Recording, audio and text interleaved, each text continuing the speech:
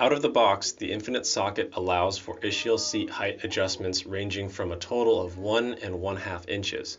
If further ischial seat height adjustments are required, you can do so by drilling a new hole position in the ischial strut.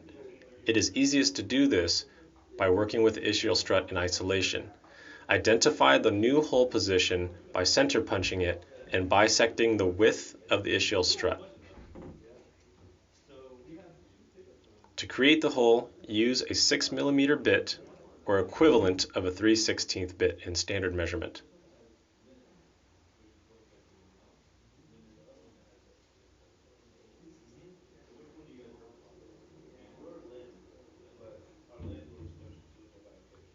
Once the hole is complete, you can use a deburring tool or a router to clean the edges. This completes a hole creation in the ischial strut.